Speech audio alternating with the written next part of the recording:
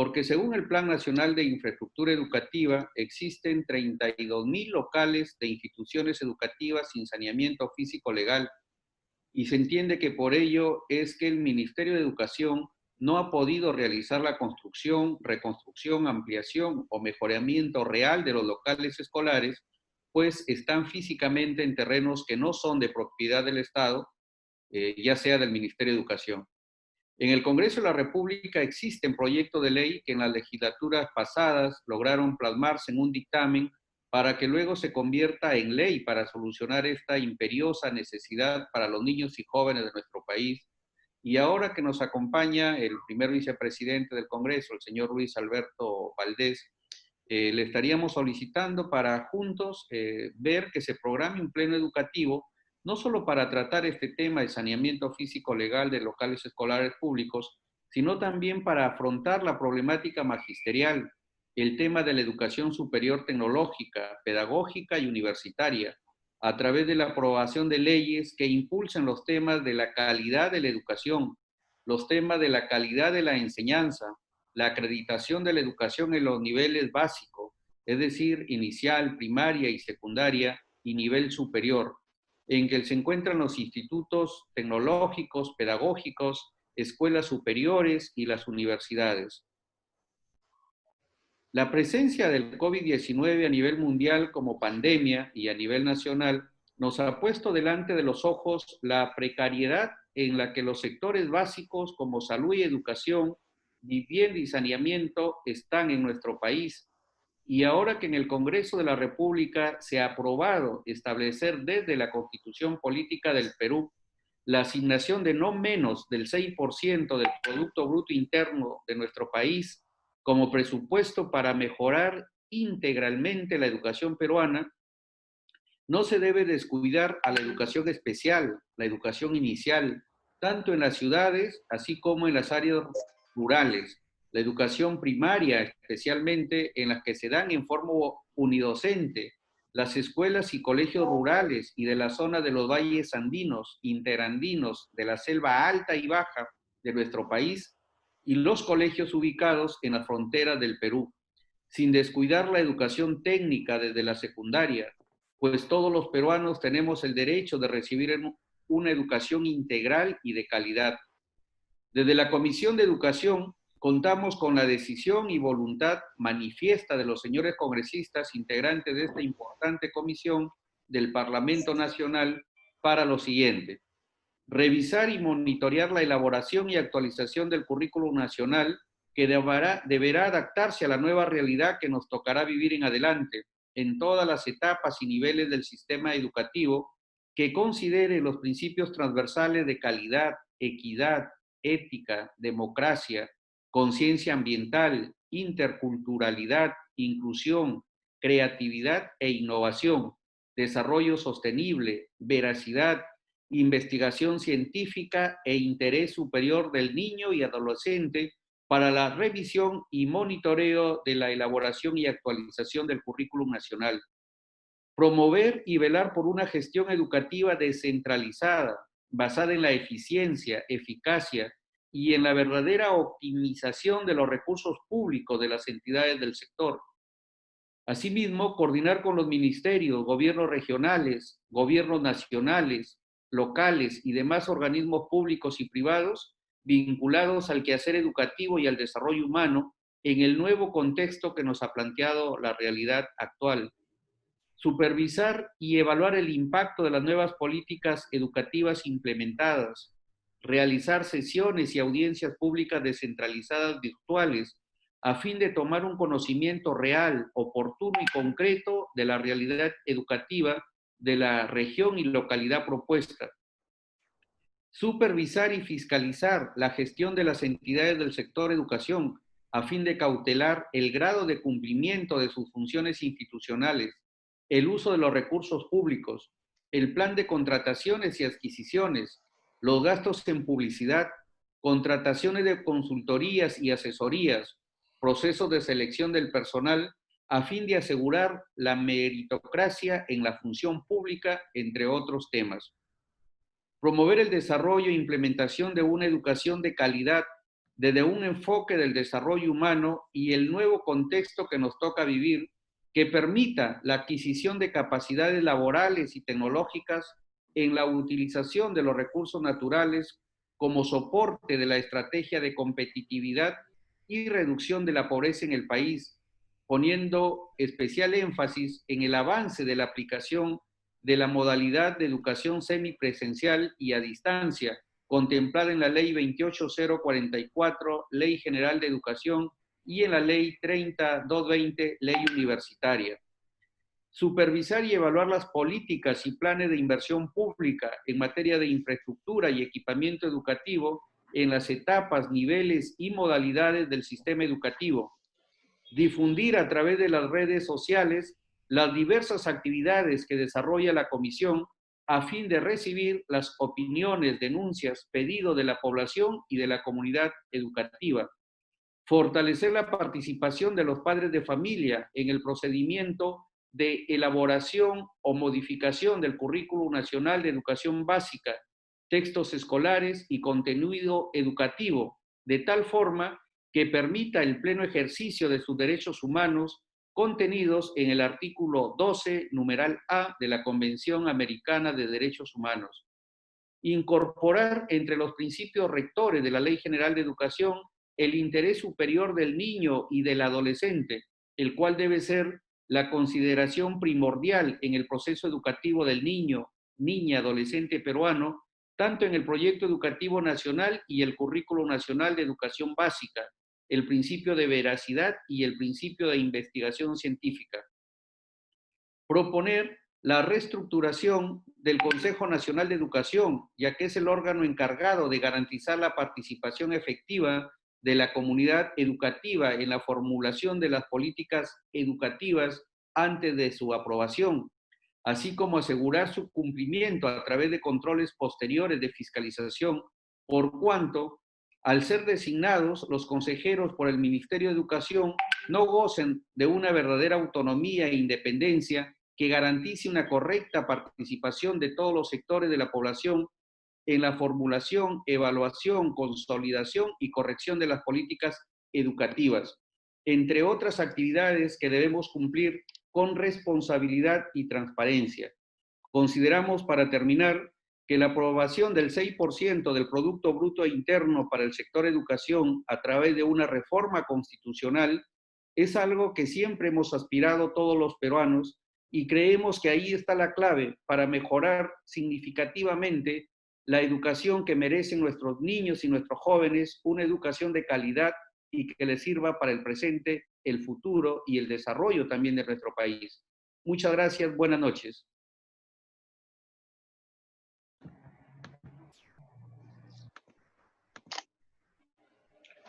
Agradecemos las palabras de nuestro congresista, de verdad, presidente de la Comisión de Educación. Creo que ha sido bastante claro en la hoja de ruta que necesita nuestro país, porque este es un problema finalmente de país, no es solo de un tema del Congreso, del Ejecutivo. Yo creo que hay que unirnos, porque finalmente necesitamos un gran pacto por la educación, un pacto de Estado, si se quiere, donde absolutamente todas las fuerzas políticas, todas las autoridades y todo el sistema político, el sistema social, la ciudadanía y todas las representaciones puedan estar en primera línea defendiendo algo tan importante como es la educación. A ver si bloqueamos el audio. Entonces, creo yo que estamos en un buen camino. Si bien es cierto, se ha hablado de un principio de temas, por ejemplo, de infraestructura, que es correcto, creo yo también que es el momento de enfocar a la educación como una educación moderna. Hoy más que nunca, con una economía que viene golpeada, es necesario también invertir en una educación con conocimiento, en una educación con investigación, con desarrollo, con innovación, ¿no? El famoso I+D+I. Actualmente la inversión en eso es muy baja, es 0.03%, así que hay todo un reto por delante y estoy convencido de que en este punto de quiebre que es el Bicentenario, estaremos absolutamente todos, no solo los ciudadanos, sino también seguramente los políticos, los partidos, los representantes y las autoridades, de cara a no solo mejorar la inversión, que es el tema de hoy, sino ver también cómo vamos a gestionar toda esa mayor inversión. Ya es un gran paso que se hable de una reforma constitucional, sabiendo que normalmente no ha sido usual que en la misma Constitución se pongan de manera específica los montos de una inversión, pero eso quiere decir que hay un interés latente, que ya se dio en el Acuerdo Nacional, que ya han sido recomendaciones constantes, pero que hoy se pone en palestra y se pone en la mayor plataforma, digamos, de debate, de discusión que ha sido el Congreso y que ahora también ya prácticamente está en camino a ser una realidad, y por eso es tan importante estos diálogos. Yo creo que la educación nunca se debe ver como un gasto, la educación siempre se tiene que ver como una inversión, pues invertir en educación es invertir en el futuro. Ahora damos pase al doctor Max Hernández, que es el secretario ejecutivo del Acuerdo Nacional.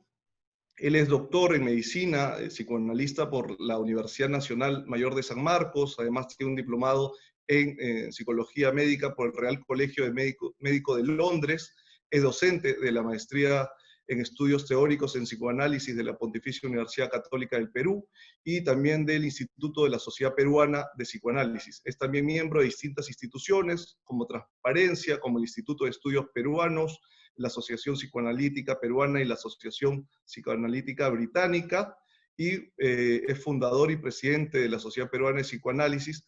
Ha dedicado muchos años de su vida a estudiar la realidad social peruana, y lo más importante es el secretario ejecutivo del Acuerdo Nacional. Le damos el pase al doctor Max Hernández. Muchas gracias. Buenas noches. Quiero empezar agradeciendo al congresista Luis Alberto Valdés por la invitación que me ha hecho, por su compromiso con la educación. Agradecer también al congresista Raimundo Dioses y saludar al señor Ocaña del Colegio de Profesores del Perú. Con su venia, señor González, empezaré diciendo lo siguiente. Es una gratísima coincidencia para mí que el día de hoy, que es víspera de la fundación del Acuerdo Nacional, que el día de mañana cumple 18 años, me hayan dado esta oportunidad de dialogar a través de este martes democrático, no solo con los congresistas y las personas que están en este momento escuchándonos, sino que quisiera que esta conversación, este diálogo ya iniciado por el congresista Dioses, llegue a los más vastos sectores de nuestra nacionalidad. La política de Estado sobre educación es la política 12. Pero la política de educación está presente en prácticamente todas las políticas del Acuerdo Nacional, porque el Acuerdo Nacional reconoció desde el primer momento la enorme importancia que la educación tiene para nuestro país, no solamente para el desarrollo de las capacidades de pensamiento, raciocinio, matemática, literaria, no solamente en la propensión que puede crear en los estudiantes para la innovación y el desarrollo, sino también en los valores que pueden hacer del estudiante un futuro ciudadano de bien. Déjenme referirme en un par de minutos a la estructura misma del Acuerdo Nacional. El Acuerdo Nacional son tres cosas fundamentalmente. Un conjunto de políticas de Estado. En segundo lugar, un foro para el monitoreo del cumplimiento de estas políticas de Estado. Y en tercer lugar, un ámbito para la construcción de consensos, para la elaboración de visiones conjuntas y para la concertación. El foro, entonces, es un organismo que podríamos graficar como un triángulo equilátero. En este triángulo equilátero están representados los 3 niveles de gobierno, es decir, el Poder Ejecutivo Nacional, los gobiernos regionales y los gobiernos locales. En el Acuerdo Nacional están representados los partidos políticos con presencia en el Congreso de la República. Lo ideal, y ocurrió en algún momento, es que al Acuerdo Nacional pudiera ir el jefe del partido, es decir, el presidente o secretario general del partido, acompañado de un congresista de ese partido. Porque no queríamos para nada, tratar los temas que el Congreso trata con autonomía y legitimidad. Lo que queríamos era entender la relación entre los partidos y sus bancadas. Y la tercera parte del Acuerdo Nacional está conformada por un conjunto de instituciones de la sociedad civil. Ese triángulo equilátero da lugar en su parte interna a un espacio de diálogo y de construcción de consensos. Es decir, en el Acuerdo Nacional, que está presidido por el presidente de la República y en su defecto por el primer ministro o por el presidente del Consejo de Ministros, sin embargo, como se ha establecido, hay una cosa esencial. El acuerdo no es parte del gobierno y más bien el gobierno es parte del acuerdo. Aquí el valor del acuerdo, la fuerza del acuerdo y también su relativa dificultad por cuanto, siendo una institución que no figura en la Constitución, siendo una institución en la cual gobernantes y gobernados, electores y elegidos están presentes en un plano de igualdad horizontal, porque a diferencia del Congreso, en el cual las bancadas tienen mayor incidencia dependiendo del apoyo que la ciudadanía les haya dado, en el Acuerdo Nacional todos los participantes tienen una equivalente participación. Es por eso que logramos aprobar allá hace 18 años las primeras 29 políticas de Estado y en los últimos años 6 políticas de Estado más. Me refiero ahora y de inmediato a la política que nos congrega el día de hoy, la política 12 de educación. Como bien ha dicho el congresista Dioses, se trata de buscar una educación, el acceso universal a una educación de calidad, una educación integral, una educación que cubra a todos, una educación sin exclusiones, una educación que trate de disolver o cuando menos minimizar las brechas entre la educación pública y la educación privada. Una educación que respete los derechos de las mujeres y de los hombres, es decir, que crea en una igualdad de género. Una educación que apunte al futuro. Creo que en esto estamos solidariamente todos. El asunto importante de ver, y esto acaba de ser mencionado, es la situación en la que nos encontramos el día de hoy con esta terrible pandemia.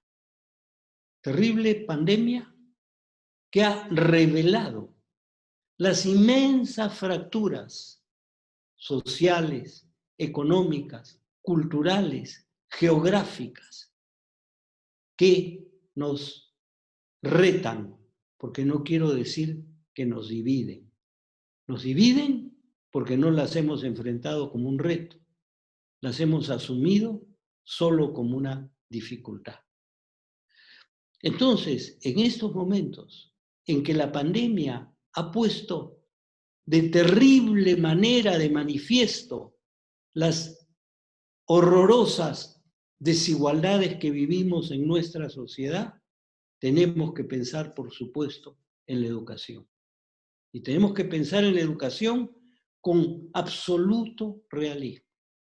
Yo les decía que en el Congreso están representados los partidos políticos del Parlamento y está representado el Ejecutivo al lado de la sociedad civil. Y del Ejecutivo están presentes diversos ministerios y diversas, por lo tanto, visiones de cómo se puede implementar lo que queremos todos que se implemente. Tenemos que estar presente el Ministerio de Educación, pero están presentes también los gremios profesorales, están presentes, por supuesto, todos los gremios profesorales del país. Hemos tenido la presencia de muchísimos dirigentes del magisterio en el Acuerdo Nacional y han discutido con toda claridad y con perfecta defensa de sus intereses, sin necesidad de llegar a conflictos, porque en el Acuerdo Nacional hemos planteado la necesidad de evaluar las intervenciones y hemos tenido también algo que creo que es muy importante, la idea de que es menester escuchar al otro. ¿Cuántas veces en el acuerdo hemos visto que alguien que venía con una posición determinada ha visto que la posición de otra persona que representaba a otra institución podía tener un punto de vista más claro y más importante que el suyo propio? Y de esa manera el acuerdo buscó construir consensos. Dentro del Acuerdo Nacional hubo dos cifras emblemáticas que van, como si así dijéramos, a la manera de un tándem, que son dos cifras, las dos únicas cifras que han existido en todo el Acuerdo Nacional. La primera, aquella a la cual el congresista Valdés ha dado tantísimo relieve, tantísima importancia, y la ha puesto en esta palestra, en esta plataforma que es el Congreso de la República. Este Congreso que es absolutamente indispensable para cualquier idea de democracia que podamos tener. Este Congreso muchas veces tan poco entendido, tan vilipendiado, este Congreso que es, como dice el nombre, Parlamento, el lugar donde se habla, se comenta, se delibera, se legisla, se piensa. Al haber puesto esta cifra en el tapete, creo que el congresista Valdés ha hecho algo enormemente importante y de enorme valor. La otra cifra que está planteada también en el Acuerdo Nacional y que es la otra cifra emblemática, es aquella que plantea que para realizar las cosas que el Acuerdo Nacional ha propuesto, necesitaríamos una presión tributaria de cuando menos un 18%. Esto implica, como se dijo en el Acuerdo Nacional, dos cosas: ampliar la base tributaria y crear impuestos graduales y progresivos.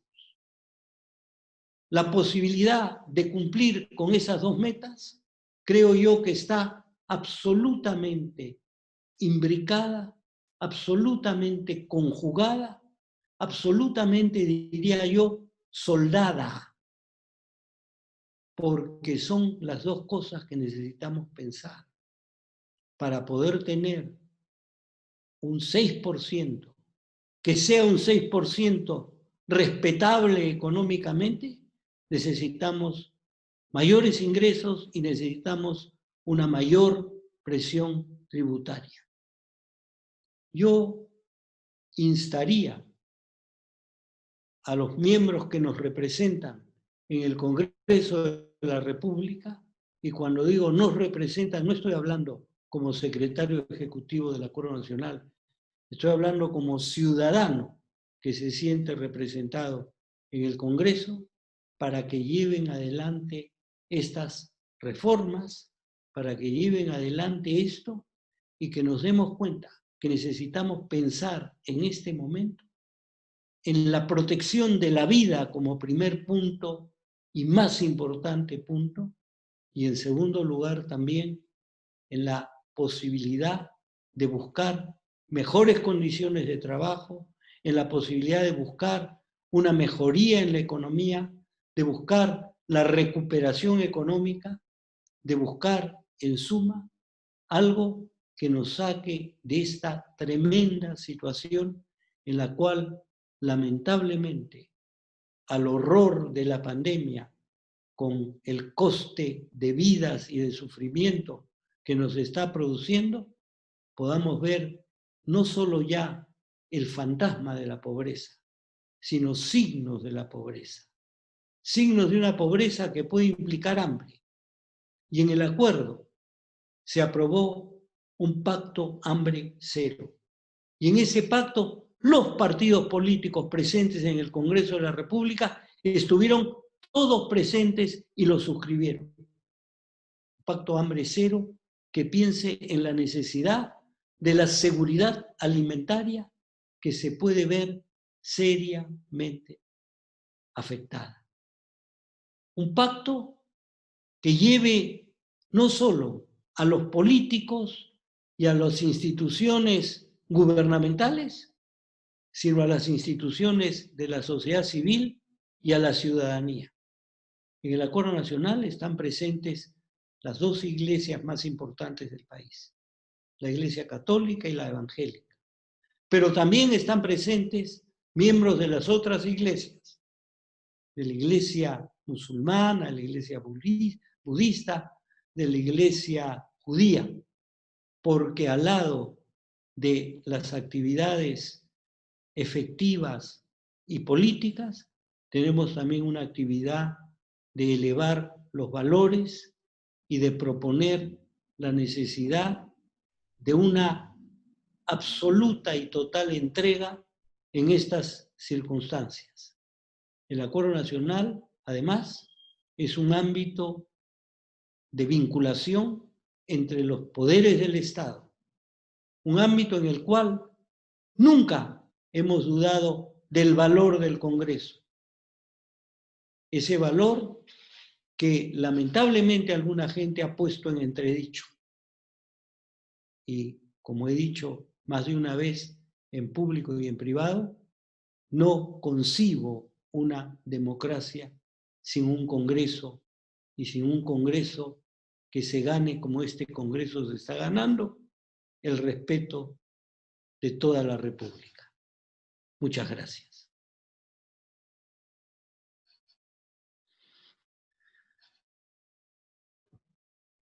Muchas gracias al doctor Max Hernández. Yo creo que sus palabras han sido bastante claras y nos ayudan al compromiso, como bien menciona, de acuerdo nacional que está por encima de cada espacio quizás de poder, pero a su vez junta a todos los espacios, tanto ciudadanía, representación política. Así que yo creo que es muy interesante poder escuchar estas palabras y el enfoque que nos ha dado el doctor Max Hernández. Vamos a continuar con la última ponencia, la última intervención, y luego daremos pase a las preguntas. Ahora está con nosotros el profesor Elío Caña Alejo, quien es el decano del Colegio de Profesores del Perú, y hablará sobre el incremento del presupuesto en el sector de educación y el reto para la mejora educativa del Perú. El profesor Elío Caña es docente de educación primaria, tiene estudios concluidos también en la maestría de gestión pública de la Universidad San Martín, cuenta con estudios de administración en la Universidad Peruana de Ciencias Aplicadas, la UPC, y es formador docente en el Instituto Superior Pedagógico Virgen de las Nieves de Sihuas, Ancash, es capacitador en temas de educación, ha sido presidente de la rama magisterial del año 2011 al 2015, ex asesor del director de la Biblioteca Nacional del Perú, ex director técnico del Sistema Nacional de Bibliotecas. También ha sido director en el 2016 de la Gran Biblioteca Pública de Lima y dirigente sindical del SUTEP y actual decano del Colegio de Profesores del Perú. Dejamos con la palabra al profesor Elío Caña. Muy buenas noches a cada uno de los participantes en este importante evento. Mi saludo al doctor Luis Valdés Farías, vicepresidente del Congreso de la República, al señor Jorge González Oré, presidente de la Mesa de Participación Ciudadana, muchas gracias por la invitación, al doctor Raimundo Dioses, presidente de la Comisión de Educación del Congreso, al doctor Max Hernández, secretario ejecutivo del Acuerdo Nacional. En realidad, hablar de este tema es bastante importante y necesario en un país donde requerimos grandes cambios en la cultura y en la educación. He preparado una presentación, voy a agradecerles que me permitan ingresar a fin de desarrollar una secuencia de mi ponencia y poder entender el tema de una manera mucho más ordenada, si se quiere entender así, desde el punto de vista que yo quiero hacerla. En principio, el presupuesto para educación en el Perú es el título de la conferencia y es retador cuando nos dice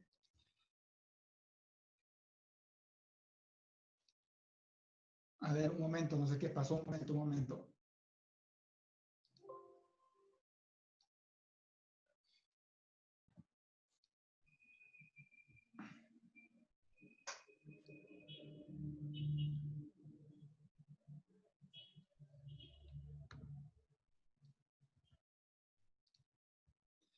Bien, decía retos y desafíos. El reto nos dice cómo estamos hoy, cómo estaremos mañana, y desafíos también nos lleva a entender qué dificultades enfrenta el país, la educación, y qué dificultades enfrentan también el mismo sector y las diferentes instituciones que dirigen nuestro país. Antes de hacer algunas propuestas, quiero un poco verificar de cómo estamos en la estadística. Lamentablemente, las evaluaciones de logro de aprendizaje realizadas por el Ministerio de Educación en los últimos años nos han mostrado que tenemos resultados educativos muy por debajo de lo que deseamos. Por ejemplo, en matemática, en segundo grado, teníamos un 17% de logro y un 31% en proceso. Y en inicio, un 57%. Igual ocurre en comunicación con una ligera ventaja con respecto a matemática. En términos de educación secundaria, los porcentajes de logro de aprendizaje están por debajo del 20%, entre lo que es ciencias, que oscila entre el 10%, matemáticas 17% y lectura entre el 18% en el año 2019. Igual situación también podemos ver, por ejemplo, en el área de ciencia y tecnología en educación secundaria, tanto por sexo, por gestión, donde la privada lleva una ventaja de unos 9% con respecto a la pública. En lo que es área rural y urbano, vemos que la área rural es la que tiene menos resultados, menos porcentaje de resultados, y el área, en tanto lo que es estatal y privada, es el sector privado el que tiene una diferencia superior al del privado, lo que nos permite ver que en términos de logro de aprendizaje de nuestros niños en la educación básica, estamos por muy debajo de lo que habríamos requerido o por lo menos deseamos como docentes y también como Estado.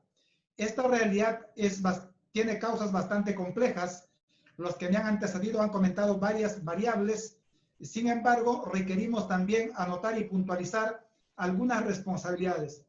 Es que muchas veces podemos evaluar muy bien, podemos tener algunos resultados, pero sin embargo no apuntamos cuáles son las causas fundamentales para poder proponer las alternativas que necesitamos.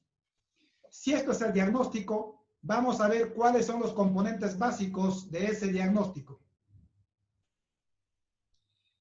4 son los aspectos básicos que hay que tener en cuenta según según un estudio realizado por el Instituto de Estudios Peruanos con la autoría de Ricardo Cuenca, Sandra Carrillo y otros, en un texto titulado La calidad y equidad de la educación secundaria en el Perú. Entre los 4 componentes nos dicen ellos que son la gestión del sistema, las condiciones materiales del servicio educativo, los recursos educativos y la organización de la enseñanza. En el tema de la gestión del sistema educativo, muchas veces hasta hoy se ha trabajado en función al gasto y la descentralización. Es decir, cuánto gasto y qué resultados tengo. Y si no tengo buenos resultados, ¿para qué gastar más? Estamos como en el permanente dilema, ¿es primero o el huevo o la gallina? Bien, y por otro lado, aquí tiene que ver también la capacidad de gestión del sector educación y también de los encargados de la gestión en los otros niveles. Muy bien se dijo que tiene que haber una articulación entre los 3 niveles del Estado: gobierno nacional, gobierno regional y gobierno municipal. Sin embargo, esos 3 niveles, dentro de un proceso de descentralización, no tienen una relación de responsabilidad en el tema educativo, porque si nosotros hacemos una evaluación, lamentablemente el sector educación se gestiona con un criterio aún bastante centralista, y hoy, en términos de la educación remota, podemos ver cómo, por ejemplo, desde el Ministerio de Educación se emiten normas legales que se van a cumplir en la escuelita más alejada, sin tomar en cuenta la pertinencia y lo que corresponde en cada región, en cada zona geográfica. En el otro tema, en las condiciones materiales del servicio, tenemos que ver con infraestructura educativa, equipamiento, servicios, donde, por ejemplo, hay que tener en cuenta también lo que es la conectividad en una situación como hoy. ¿Y cómo estamos en esos servicios? Se ha indicado algunas brechas importantes que vamos a seguir añadiendo más adelante. Sin embargo, tenemos una infraestructura educativa que superan al 45% la necesidad de cambio total. Y tenemos instituciones educativas sin servicios básicos, que estadísticamente lo vamos a ver en los siguientes cuadros. En el tema de los recursos humanos, principalmente estamos enfocados a ver el tema de los docentes, de los directivos, de los trabajadores administrativos, pero sin embargo, ¿en qué condiciones trabajan ellos? ¿Cuáles son las condiciones de formación inicial? ¿Cuáles son las condiciones de acompañamiento, de capacitación? El tema de las remuneraciones, el tema de ver las problemáticas en el tema del manejo de los diseños curriculares, el manejo de las tecnologías de la información y la capacitación. Es decir, en cada uno de los componentes habrán otros subcomponentes que tenemos que hilvanar como una especie de engranajes. En el tema de la organización de la enseñanza, tiene que ver la currícula nacional, y allí está altamente vinculado con el proyecto educativo nacional. Sin embargo, en un país donde requerimos muchos cambios, muchos procesos de desarrollo, aún estamos enfocados, que es importante, no digo que está mal, en desarrollar un proceso educativo humanista, cuando requerimos también incorporar la formación tecnológica. Estos componentes que hemos manifestado también es reconocido por la UNESCO cuando dice que hay 5 componentes que no podemos dejar de ver en el tema educativo. Está allí los educandos en función a su diversidad, el contexto socioeconómico en el cual está nuestro país, ciudades, zonas rurales, costas, sierra y selva, el tema de los recursos materiales y humanos. Aquí tiene que ver, por ejemplo, bibliografía, tiene que ver bibliotecas, talleres de innovación que debe haber en los colegios, tiene que ver con los temas de conectividad. El proceso de enseñanza-aprendizaje tiene que ver con las metodologías, la didáctica, la misma interacción que tiene que ver entre el docente y los estudiantes, la participación de la comunidad educativa y de los docentes. Y en cuanto a los resultados y beneficios de la educación, es decir, ¿para qué el largo proceso educativo? Para terminar, por ejemplo, concluido la educación secundaria, ingresando a las academias para llenar los bolsillos de los dueños de las academias e ingresar con un nivel distinto a la universidad. ¿Esto qué nos muestra? Nos muestra un nivel de desarticulación que existe entre lo que es la educación básica y la educación superior. Además, también la desarticulación que existe entre los mismos niveles educativos de inicial, primaria y secundaria. Muy bien.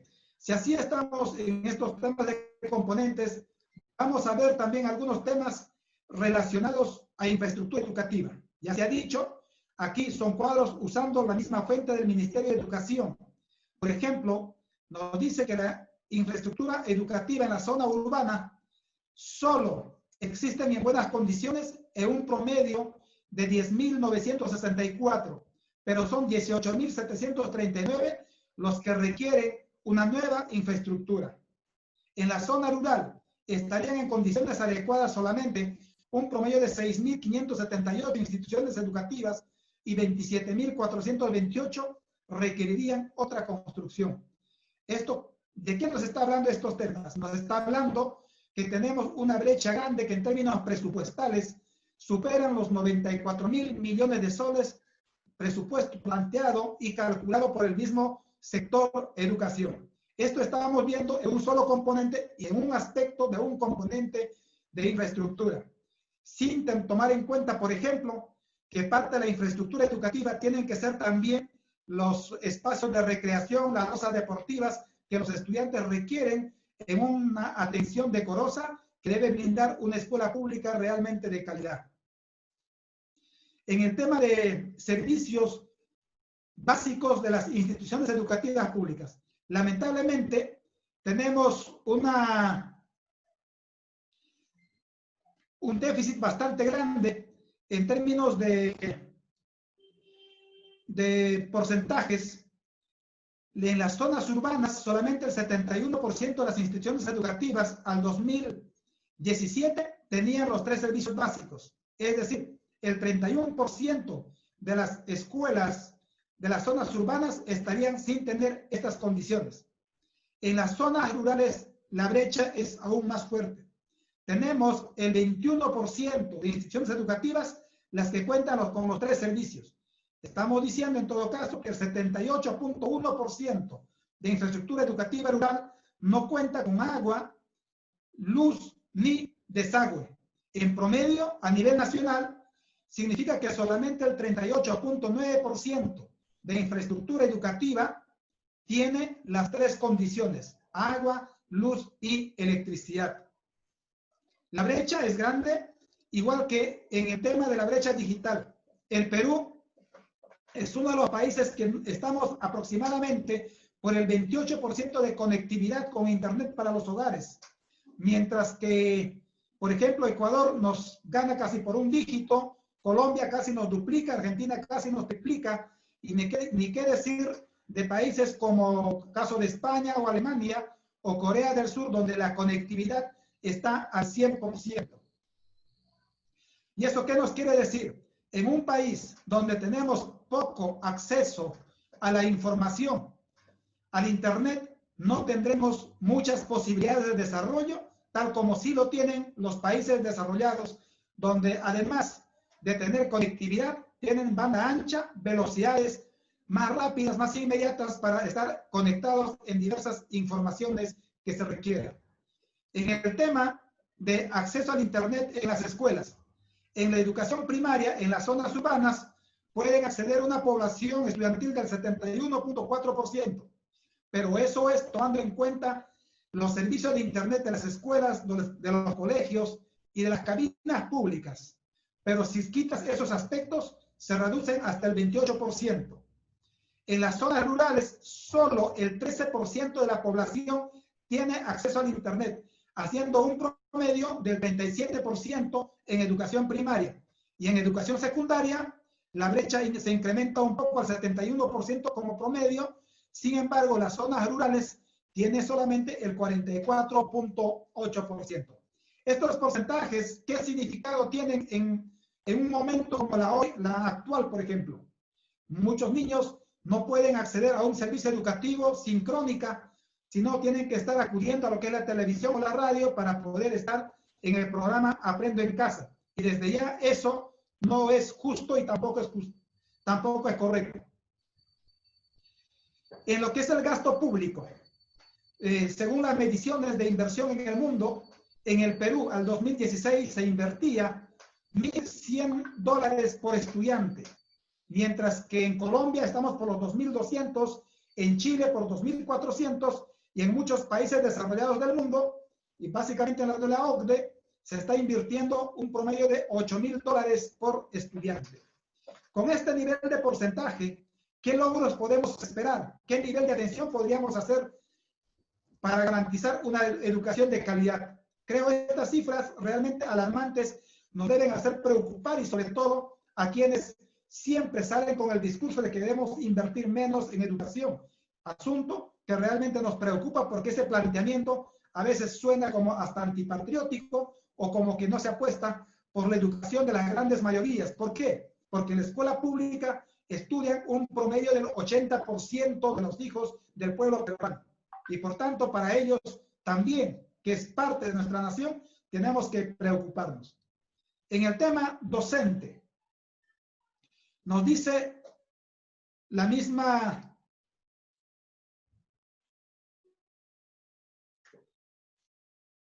OCDE, nos dice que la compensación y las condiciones laborales son importantes para atraer, desarrollar y retener a maestros calificados y de alta calidad.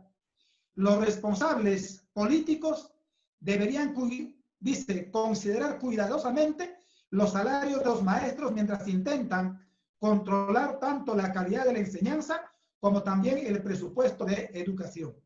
¿Qué ocurre en algunos casos en el país? Se enfatiza mucho solo al tema de la evaluación, del seguimiento, de exigir calidad al docente, pero no nos preocupamos por su formación inicial, no nos preocupamos por sus condiciones de vida, por sus condiciones remunerativas, por sus condiciones profesionales.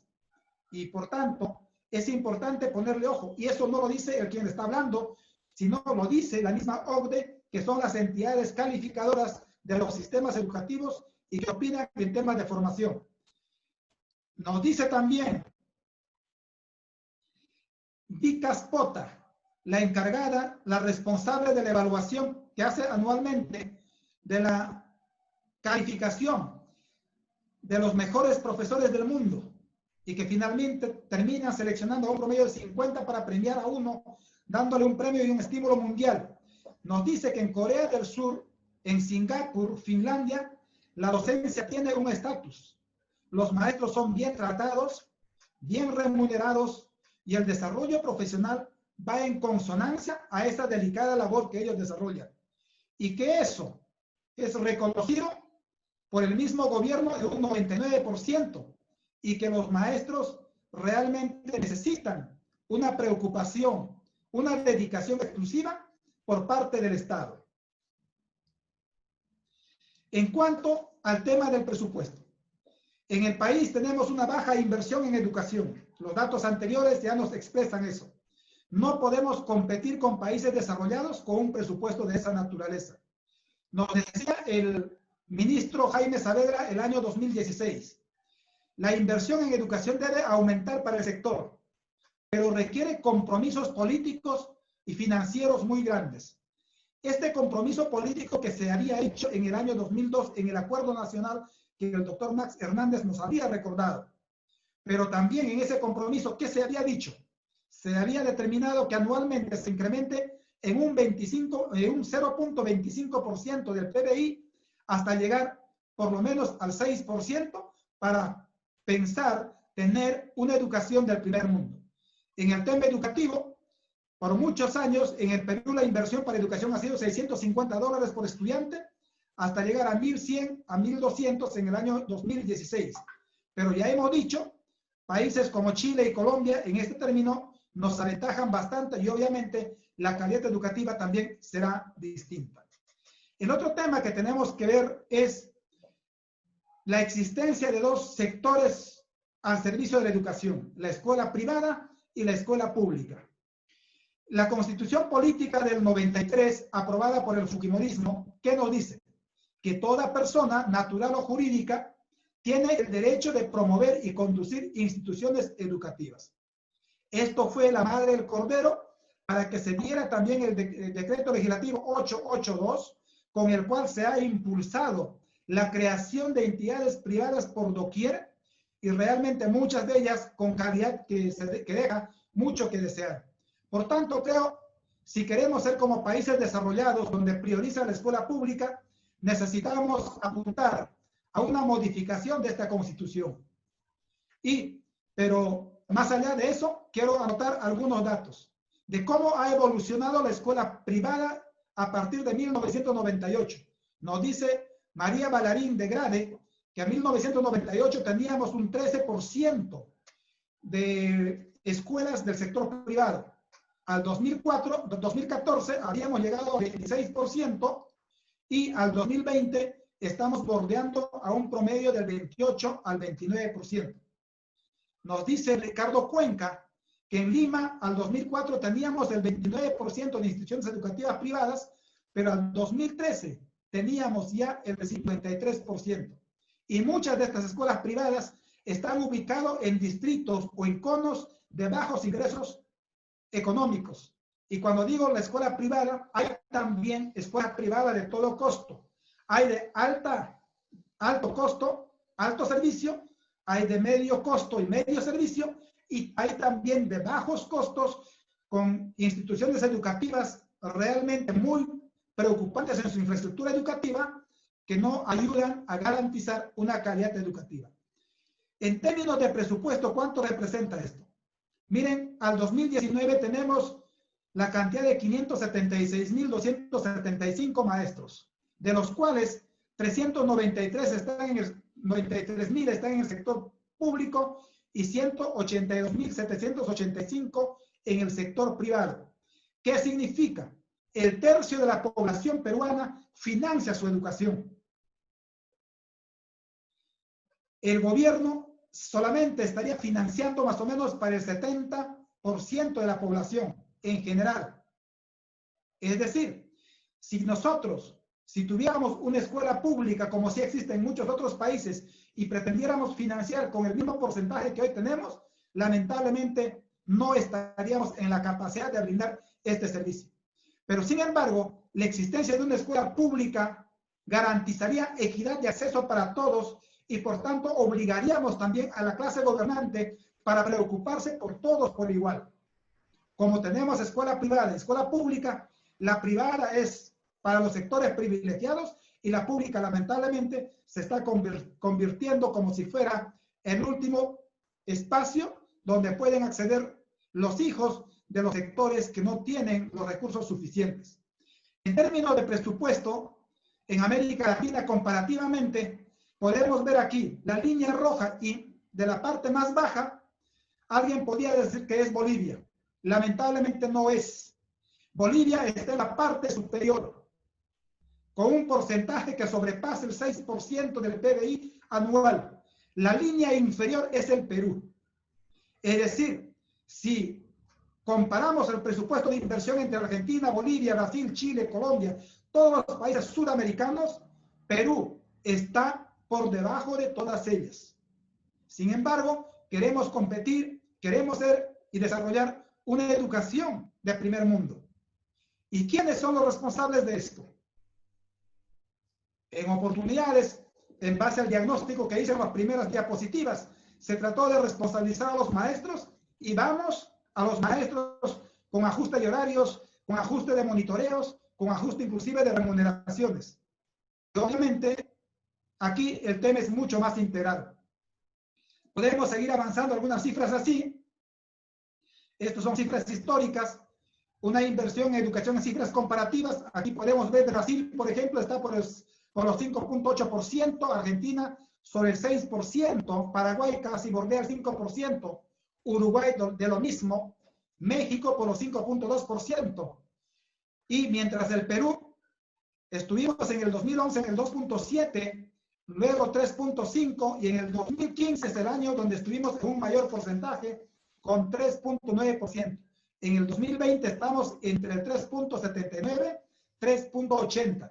Cifras que están y que nos dicen que estamos muy debajo de otros países como por ejemplo Bolivia y Venezuela, que en el 2010 destinaron el 6.9% y Cuba el 13%.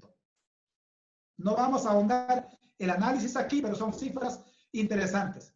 Si nosotros hacemos una comparación en base a otros países, el Perú siempre aparece en la cola, ya hemos hablado allí, En amarillo estamos en el Perú. En comparación con Canadá y Estados Unidos, miren, en Canadá el presupuesto del sector público es el 5.27% en el 2011, luego en constante, y en Estados Unidos han estado hasta por 7%, en otros momentos en el 5.28%.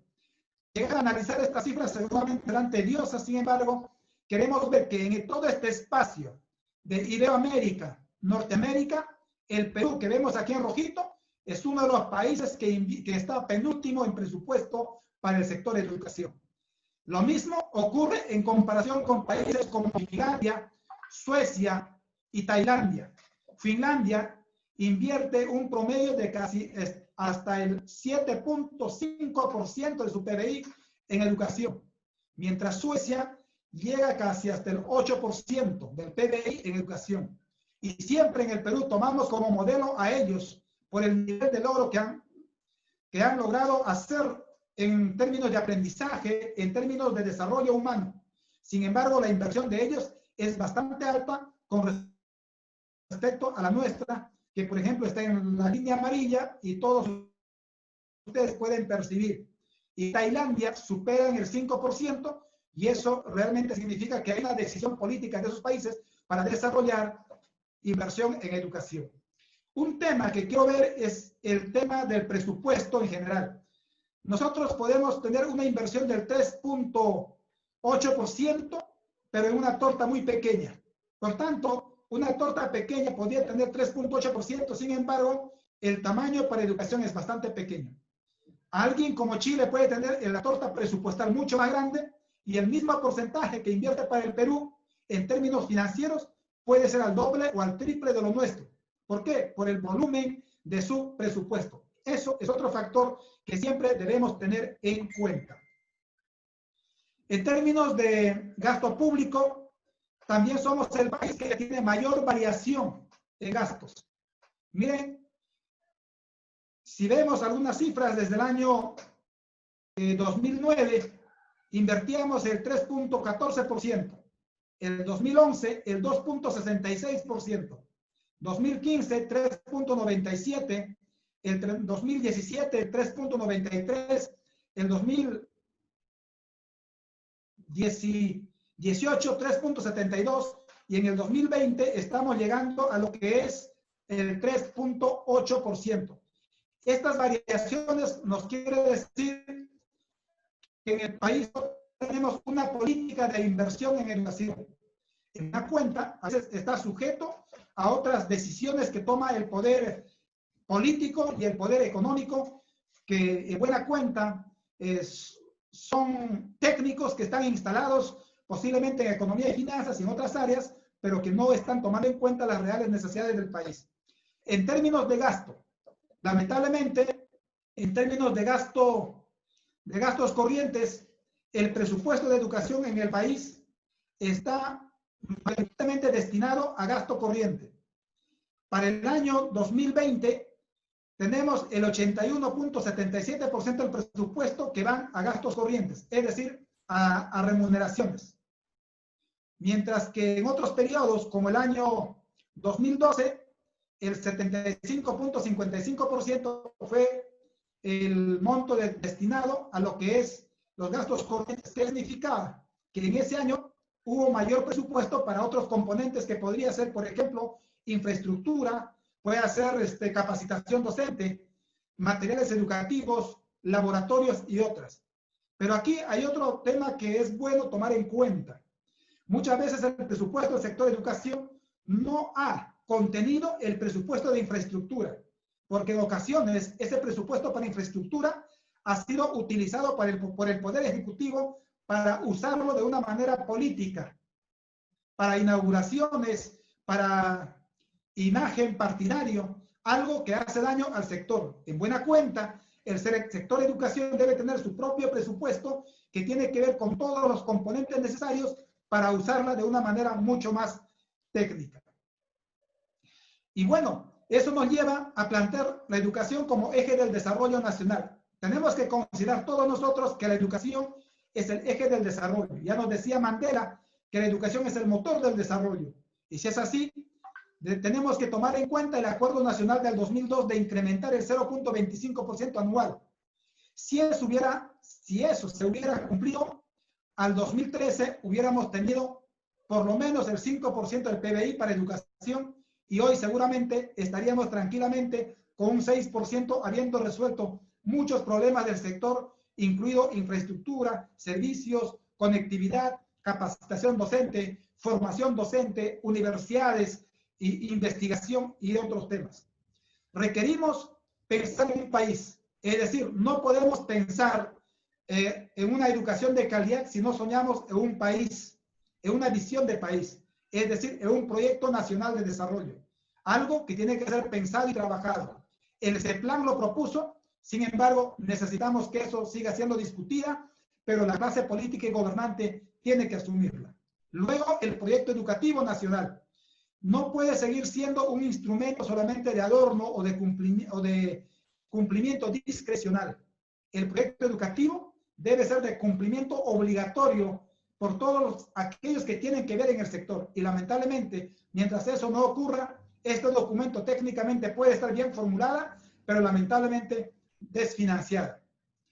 Casi para finalizar, quiero decir que tenemos que plantear el cierre de brechas en el sector educación. Los temas que hemos indicado no son las únicas. Tiene que ver con laboratorios, tiene que ver con talleres y tiene que ver con otros aspectos más del proceso educativo. Y por eso, nosotros desde el Colegio de Profesores y también los gremios profesionales como el sindicato del SUTEP, como los sindicatos de educación superior, pedagógica, tecnológica y también administrativos, respaldamos la aprobación de la enmienda del artículo 16 de la Constitución Política del Estado. Y saludamos al congresista Valdés por haber tenido la valentía de sustentar ese proyecto ante el Pleno del Congreso de la República y saludar a los 115 congresistas de la República que emitieron su voto respaldando esta propuesta. Y por tanto, si ojalá esto se hiciera realidad, en una segunda votación se llegaría al texto siguiente. Se da prioridad a la educación en la asignación de recursos ordinarios del presupuesto de la República.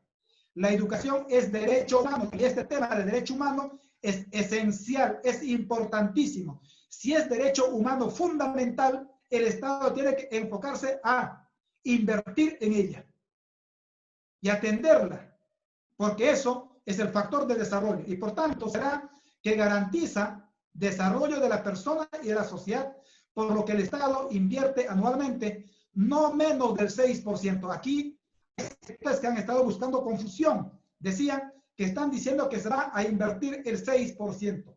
Ahí el término no dice, no, ahí el término dice no menos del 6% del Producto Bruto Interno. Significa que podría ser también 7%, 8% o un presupuesto superior. Pero lo que requerimos, como se dijo también, y los que dijeron, los que me antecedieron, es que requerimos un presupuesto que requiere nuestro sector de educación para poder por lo menos nivelarnos a otros países. Según el estudio de Grade, nos dicen que si nosotros empezamos a aumentar un presupuesto al ritmo que actualmente estamos aumentando, que significa por un promedio de 0.0205, demoraríamos unos 40 o 50 años para poder cumplir con la meta que el país se propone. Y creo ya eso no puede esperar. Saludamos al Congreso de la República por haber tomado la decisión de hacer esta enmienda constitucional y desde el ámbito del Colegio de Profesores y de los maestros, de los padres, familia del país, vamos a respaldar esa decisión y lo vamos a sustentar en todos los foros posibles y por eso mismo agradezco el haberme invitado a esta actividad importantísima que seguramente será difundido a nivel nacional. Muchas gracias a todos ustedes por haberme escuchado.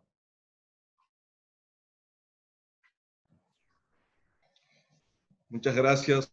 Agradecemos la participación del profesor Elío Caña.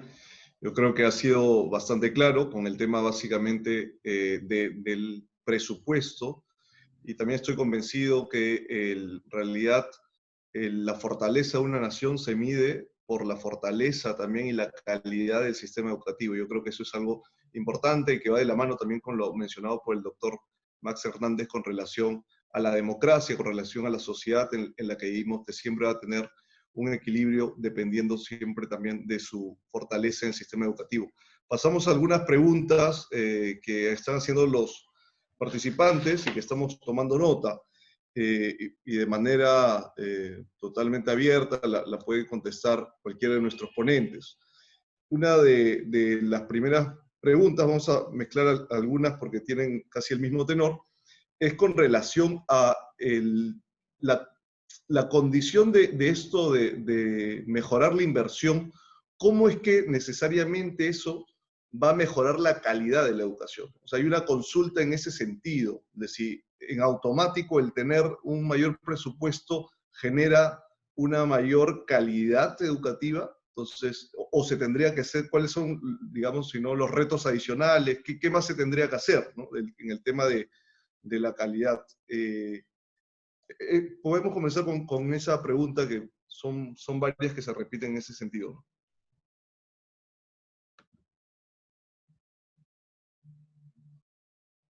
No sé si el doctor Max Hernández o el profesor Eli. Sí. Bueno, sí.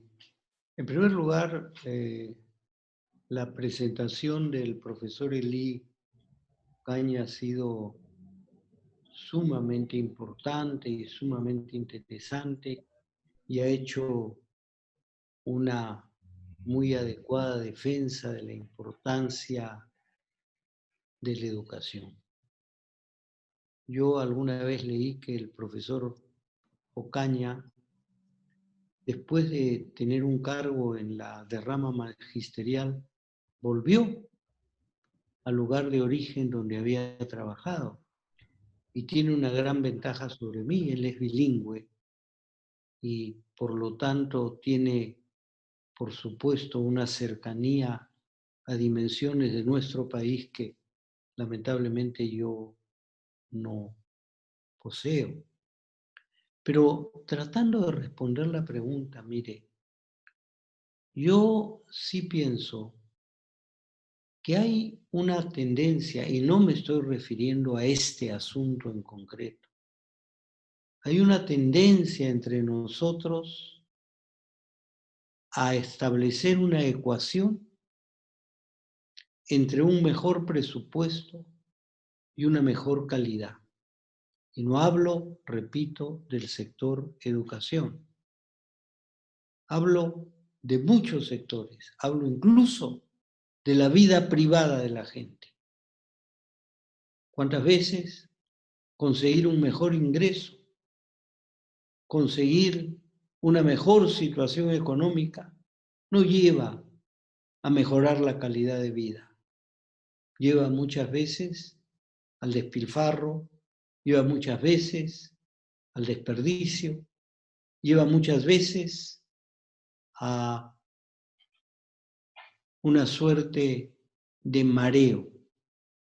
¿Cómo garantizar que la inversión necesarísima en educación sea bien empleada? ¿Cómo el Colegio de Profesores del Perú puede hacer para que la vocación por la enseñanza siga teniendo la fe y el compromiso que tuvo siempre?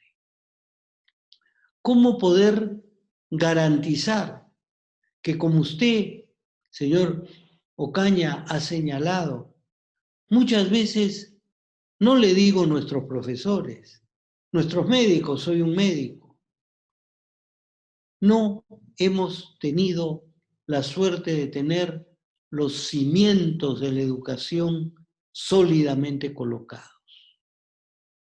Y tenemos que terminar buscando construir los cimientos de arriba abajo. Esa es una tarea fundamental. ¿Cómo conseguir que la educación inicial y primaria propicie las condiciones sin las cuales la posibilidad de adquirir conocimientos sólidos no va a estar realmente funcionando? Yo creo que los profesores nuestros, que trabajan en las zonas rurales, que trabajan en las zonas altoandinas, que trabajan en las zonas amazónicas, son absolutamente heroicos. Son absolutamente heroicos, pero creo que no pueden ir más allá de lo que pueden hacer, porque lamentablemente ha habido una serie de carencias de base. Hay una frase que a mí me suena muy mal y muy desagradable: capital humano. Creo que no podemos hablar de capital humano. Pero las condiciones de conocimiento de nuestra población, el valor de la reflexión científica en nuestra población, la vocación por la innovación y la tecnología en nuestra población son lamentablemente muy, muy bajas. Segundo, los efectos de la educación, que son absolutamente fundamentales, no dan los resultados al día siguiente. Son procesos de muy larga duración. Son procesos de muy larga data. Y es muy fácil entonces plantear que si no se ve un resultado inmediato, este resultado no tiene valor. Se han señalado cosas sumamente importantes. Yo he estado muy cerca en el Acuerdo Nacional de la dirigencia del SUTE. Y hemos aprendido en el Acuerdo Nacional de los representantes de la CGTP, del SUPET a través de la CGTP, de la realidad de nuestros docentes. Pero también hemos aprendido de las condiciones terribles de la infraestructura escolar. El Acuerdo Nacional aprobó no hace mucho una política 35. Me alegró oír de parte del profesor Elí la importancia de una conectividad, la necesidad de una banda ancha realmente universal, porque la brecha digital nos está dejando atrás y nos está dejando lamentablemente atrás. ¿Cómo se ha podido superar el tema en estos momentos de la pandemia recurriendo a las ventajas que la tecnología nos ofrece? Yo me pregunto, ¿cuántos niños en las zonas altoandinas tienen acceso al instrumental con el que contamos nosotros? ¿Cuántas tablets? ¿Cuántas posibilidades de computadora? ¿Cuánta posibilidad de sentarse frente a una tablet sin estar muerto de frío? ¿Cuántas posibilidades de sentarse frente a una tablet sintiendo que uno está bien nutrido? La política educativa requiere un vastísimo esfuerzo en salud, en trabajo, en educación, en inversión, en producción. Creo que es el momento de plantear un gran pacto social al cual esta pandemia nos está forzando. Pero no sintamos que porque el pacto social está siendo forzado por las condiciones que ha mostrado la pandemia, sea una cosa a la que estamos forzados. Debe ser una cosa a la cual nos entreguemos y nos enfrentemos. Yo creo que la posibilidad de vincular la inversión con una buena ejecución es una tarea fundamental.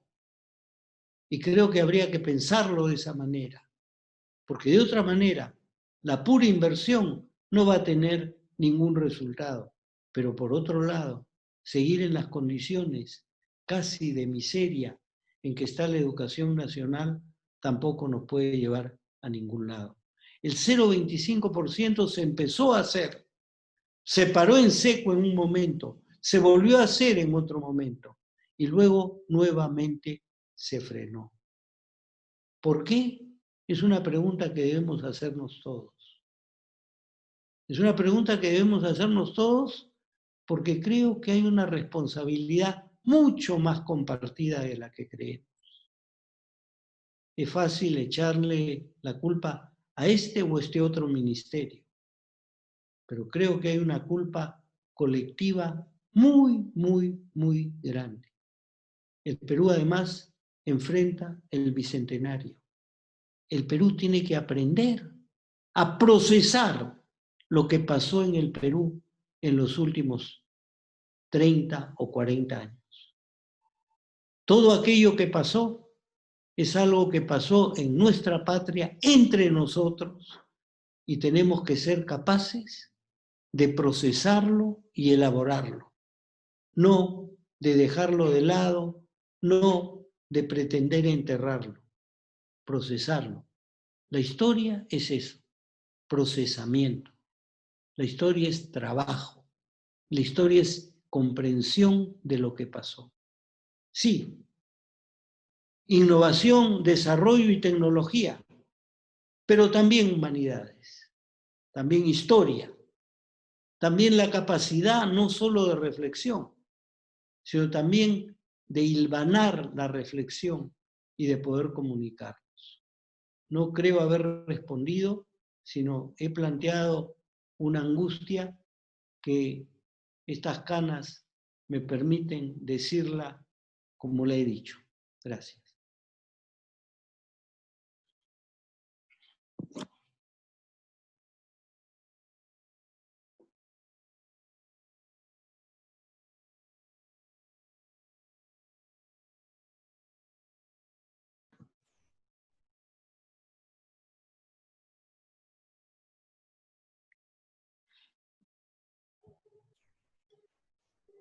El audio, profesor.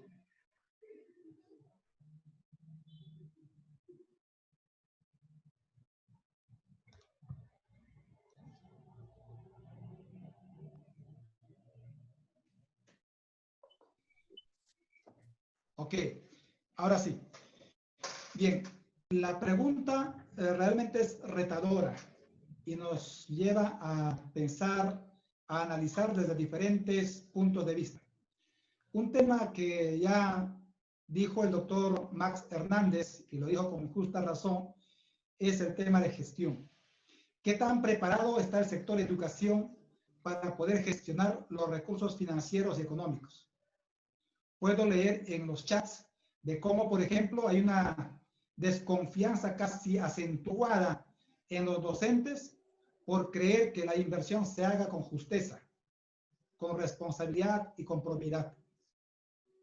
Lamentablemente, somos un Estado que tiene una serie de deficiencias, no solamente en el sector educación. No tenemos los controles, no tenemos los parámetros de inversión y las normas de inversión también son definitivamente burocráticas. Cuando nuestro señor presidente de la República en el mes de abril, el 26 de abril me parece, anunció la entrega de tablets a los estudiantes y a los maestros, un medio de comunicación en el mes de mayo me preguntó y me dijo, un periodista, me dijo, ¿cree usted que en el mes de julio se estará entregando las tabletas a los estudiantes? Con una modesta opinión, producto también de la experiencia de ver tantos proyectos planteados en el país, dije que posiblemente tengamos entre fines de agosto o septiembre, en buena cuenta para octubre. Y en la práctica estamos viendo eso. Es que somos y aún tenemos un Estado muy deficiente en sus procesos de inversión. Y eso tiene que superarse. Y justamente tiene que buscarse mejorar los filtros, los controles y los procesos con la participación también efectiva de los gobiernos regionales y también de los gobiernos municipales. Pero los ciudadanos también tenemos que ejercer ciudadanía, responsabilidad, seguimiento, porque la corrupción es un hecho que corroe nuestro país. Y muchas veces dicen, estamos otorgándole más dinero a la corrupción. Pero por eso, siendo una traba difícil a vencer, es preciso condenarla al sector educación a bajo presupuesto La pregunta dice, ¿el hecho de tener presupuesto ipso facto es lograr tener calidad educativa? Yo digo que efectivamente no lo es.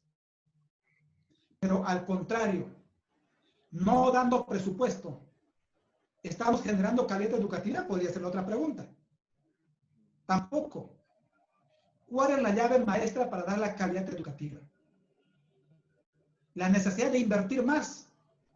¿Pero en qué aspectos? Por ejemplo, dice, ¿cómo se podría hacer?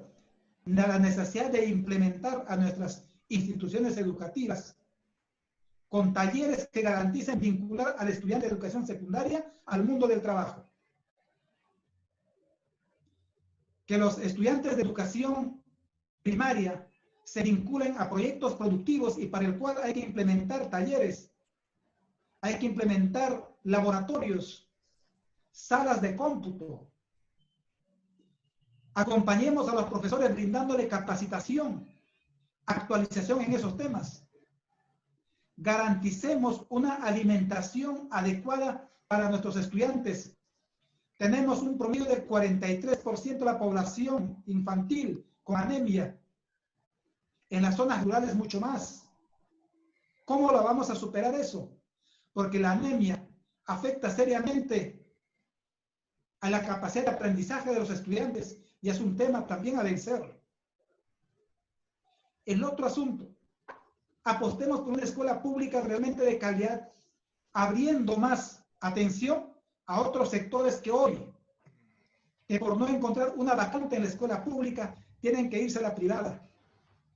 Y según los estudios de Cuenca, nos dicen que el 32% promedio de las instituciones educativas privadas brindan un servicio educativo por debajo de la calidad de la escuela pública. Y por tanto, si en el imaginario de la gente está que lo privado es mejor, eso también es falso. No necesariamente lo privado es lo mejor. Es que la escuela pública está siendo descuidada también.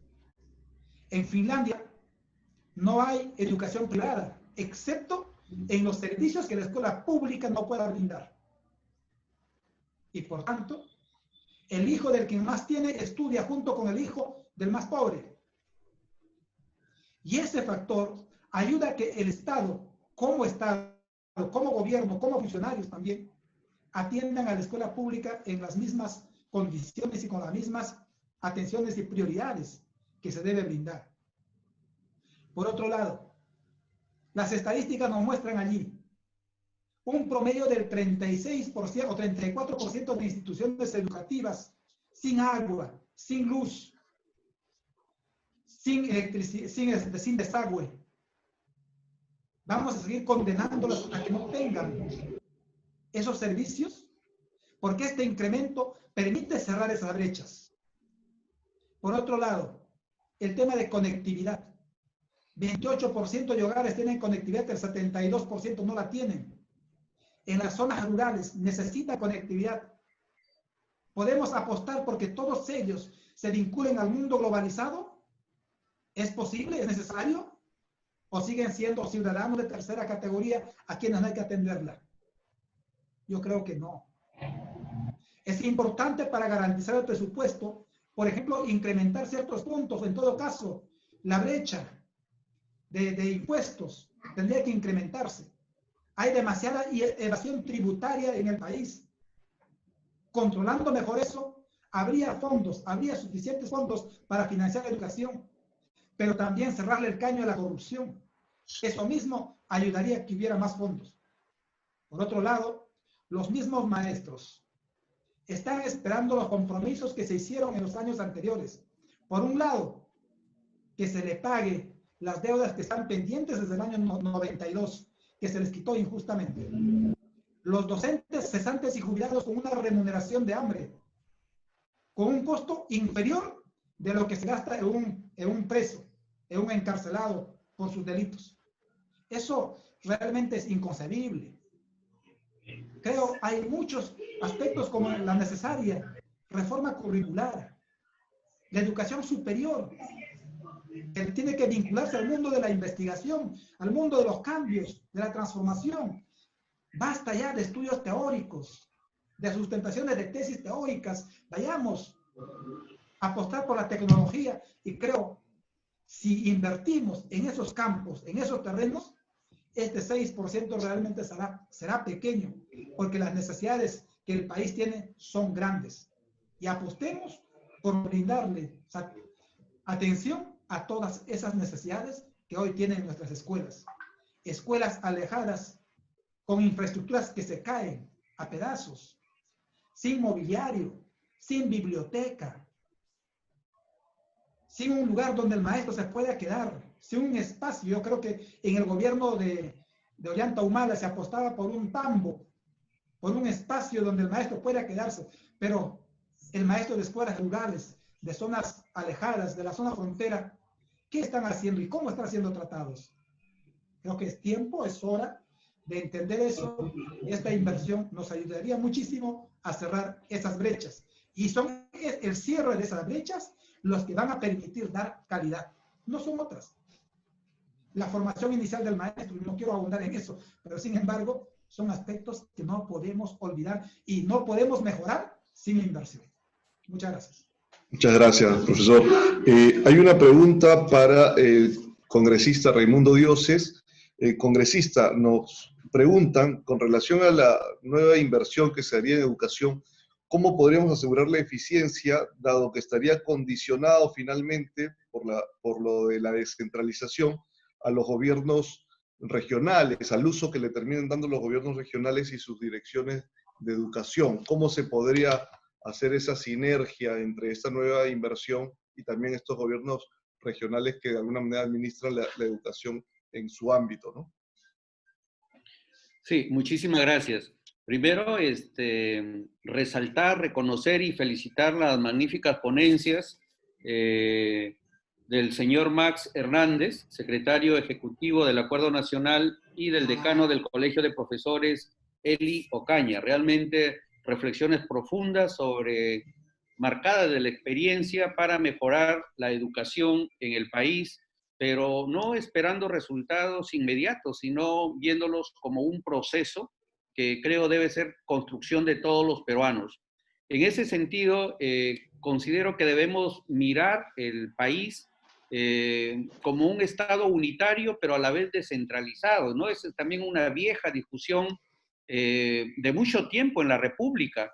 Sin embargo, considero que no se debe mirar también, o no se debe generalizar, que hacer inversión desde un gobierno regional o desde un gobierno local no va a tener la eficacia, la eficiencia para mejorar el sistema educativo, y que la parte, si es que se invierte a nivel nacional, podría garantizar eficiencia, eficacia o buena inversión. Yo quiero compartir ahora con todos los participantes que el día de ayer estuve en la Videna, ¿no? Visitando la infraestructura deportiva de los Juegos Panamericanos. Esa infraestructura educativa que parecía que no se iban a ejecutar los Juegos Panamericanos, pero finalmente se terminaron de realizar a través de un convenio con el gobierno británico, que levantó esta infraestructura, y que el día de ayer para mí personalmente ha sido una grata noticia ver que se le está dando mantenimiento, porque este proyecto especial aún sigue vigente. Y en esa infraestructura deportiva que se invirtió más de 1.000 millones de soles, puede permitir que los jóvenes y los niños deportistas tengan espacios de calidad internacional para la práctica de diversas disciplinas deportivas. Y este modelo de gestión y de construcción ha sido llevado hoy al proceso de reconstrucción, con cambios que se está generando en varias zonas del país. En el caso específico, yo soy de Piura, y en Piura el fenómeno del Niño nos golpeó duramente y las obras vienen retrasadas. Unas inversiones de 7.000 millones de soles que se destinaron para Piura van 3 años y están atrasadísimas. Entonces, se está viendo que este modelo que funcionó para los panamericanos se replique ahora en reconstrucción para construir, por ejemplo, 74 instituciones educativas, hospitales y sistemas de drenaje pluvial que necesitan estas ciudades para que en un eventual fenómeno del Niño podamos estar mejor protegidos. si ya dio un buen resultado para la construcción de infraestructura deportiva en los Juegos Panamericanos, y si hoy, en esta nueva etapa en reconstrucción, da buenos resultados, yo creo que ese modelo debe continuar para construir la infraestructura educativa que se necesita en el sector educativo. Y cuando hablamos de infraestructura educativa, nos referimos a lo que ha dicho el decano del Colegio de Profesores: laboratorios, talleres, bibliotecas, centro de cómputos, escenarios deportivos. Considero que hay que buscar espacios, tampoco nos podemos, y hay que ir viendo aquellos que han tenido buen resultado acá en el país, porque tampoco podemos copiar lo que pasa en otros países, porque muchas veces teniendo como referencia de calco de copia no ha dado buenos resultados. Pero si esta asistencia técnica la tomamos y la adaptamos a nuestro país y vemos que tiene éxito y la seguimos mejorando de la realidad del país, desde la realidad de las regiones, yo creo que vamos a tener buenos resultados. Pero además no solamente nos podemos quedar en esos modelos, sino que también la parte curricular, que ya es el tema de la tecnología, de la ciencia, pero no debemos descuidar las humanidades, también deben tener una inyección de inversión para el desarrollo de capacidades y de competencias que necesitamos los maestros. Yo soy maestro de escuela y sé de lo que significa diversificar la currícula, estar en el aula trabajando con los estudiantes. Por tanto, en estos tiempos que el mundo nos ha puesto en estas pandemias, es una oportunidad, considero importante también verle la parte positiva, porque significa una oportunidad para que los maestros podamos tener una preparación, una capacitación, que tengamos las capacidades tecnológicas para poder llegar con métodos nuevos y con nuevos conocimientos mejor a nuestros estudiantes. Yo considero que no debe ser una barrera la regionalización, al contrario, veamos la unidad del Estado y la regionalización como fortalezas.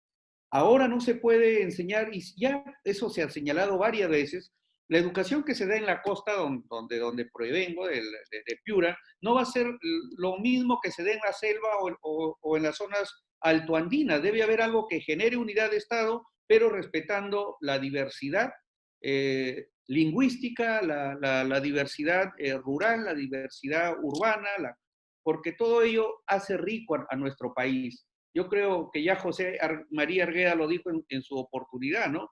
El país es un país de todas las sangres, esa es nuestra identidad y debemos mantenerla sin que eso signifique renunciar a esta modernidad en la cual prácticamente estamos llegando pero muy deprisa, ¿no? Eso serían algunas reflexiones que podría hacer al respecto en cuanto a las inversiones que se podrían hacer desde el Estado y desde las regiones. Yo creo que no se contraponen, al contrario, se enriquecen y hay que encontrar esos canales adecuados para que esas inversiones se hagan y se hagan bien en favor de la educación, que finalmente son los niños y los jóvenes a quienes debemos pensar siempre en toda reforma o en todo modelo educativo. Muchas gracias, congresista Raimundo. Hay una consulta para el doctor Max Hernández. La pregunta es, ¿por qué el progreso económico que hemos vivido en la última década, las 2 últimas décadas, se nos hace tan difícil como sociedad transmitir ese progreso económico, traducirlo en un progreso social? Esa es la pregunta puntual, doctor Max Hernández.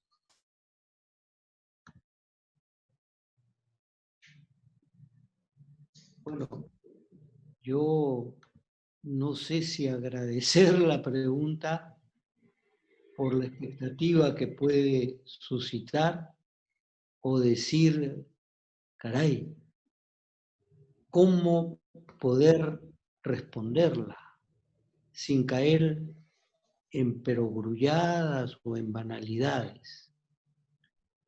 Yo creo que el crecimiento económico que se tuvo en los últimos años fue un tipo de crecimiento que acaeció de manera muy rápida. De manera muy rápida y produjo algunas cosas.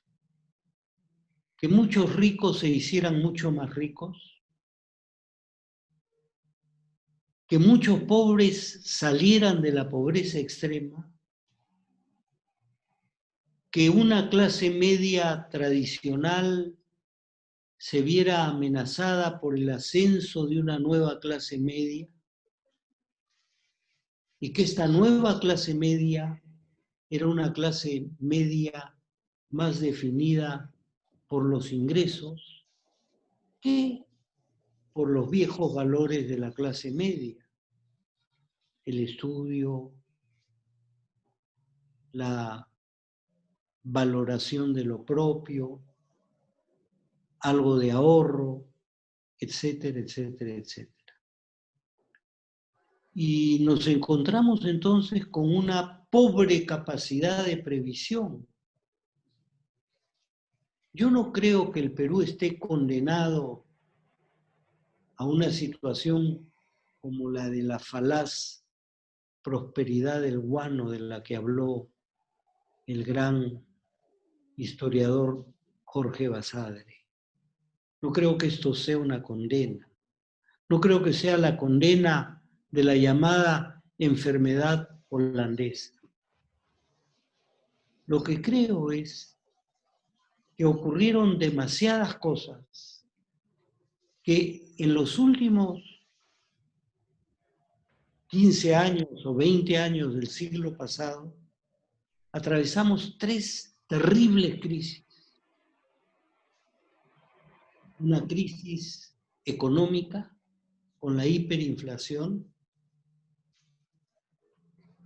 la crisis que produjo, y miren ustedes que decir, por ejemplo, el conflicto armado interno, o decir la guerra sucia, o decir la subversión terrorista, ya implica un no saber dónde nos ubicamos.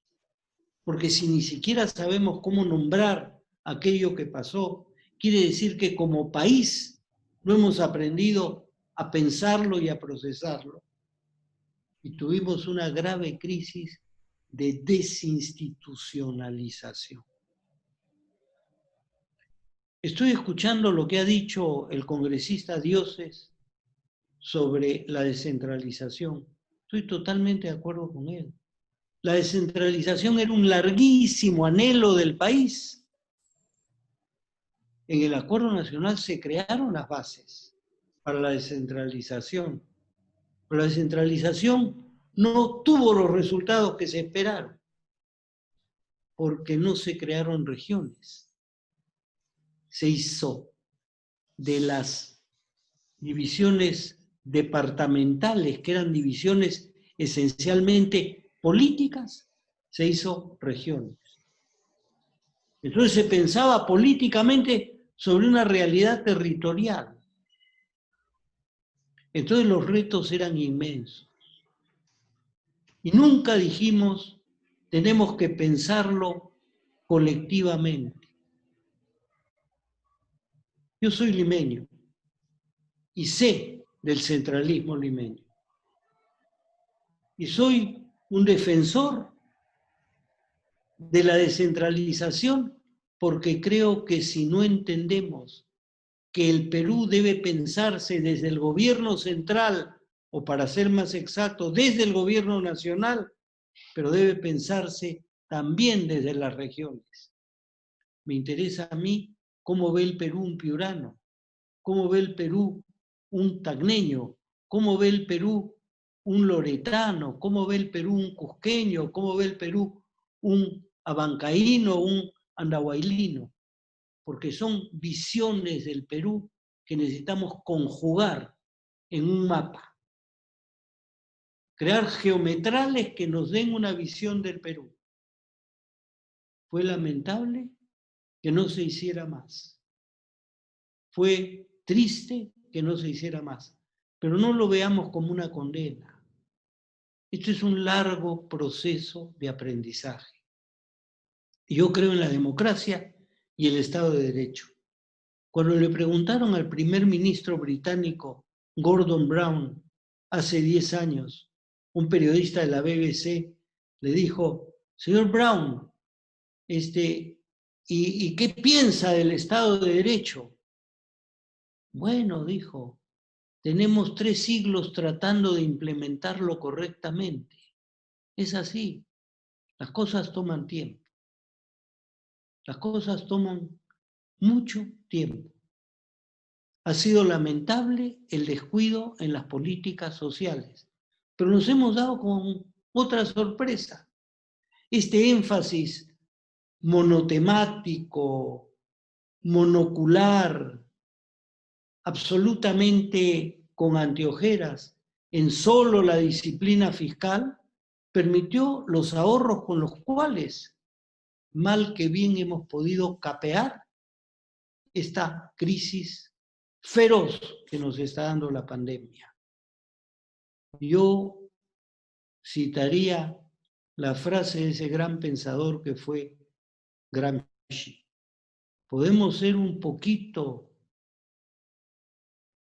pesimistas con el intelecto al ver cómo hemos despilfarrado oportunidades, cómo hemos hecho de nuestro país el país de las oportunidades perdidas, pero necesitamos tener el optimismo de la voluntad.